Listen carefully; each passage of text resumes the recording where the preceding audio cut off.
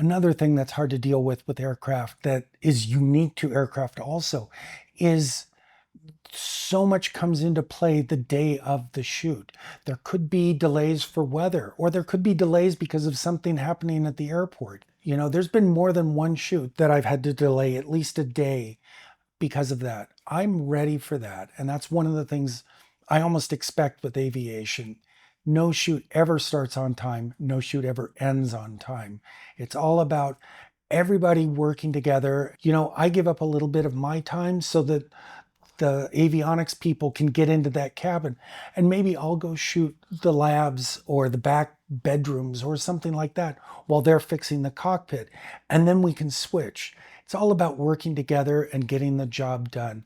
We have limited time, and I want to keep that aircraft grounded as little as possible, so I try and get my part of the job done within my time constraints and what I've promised the client.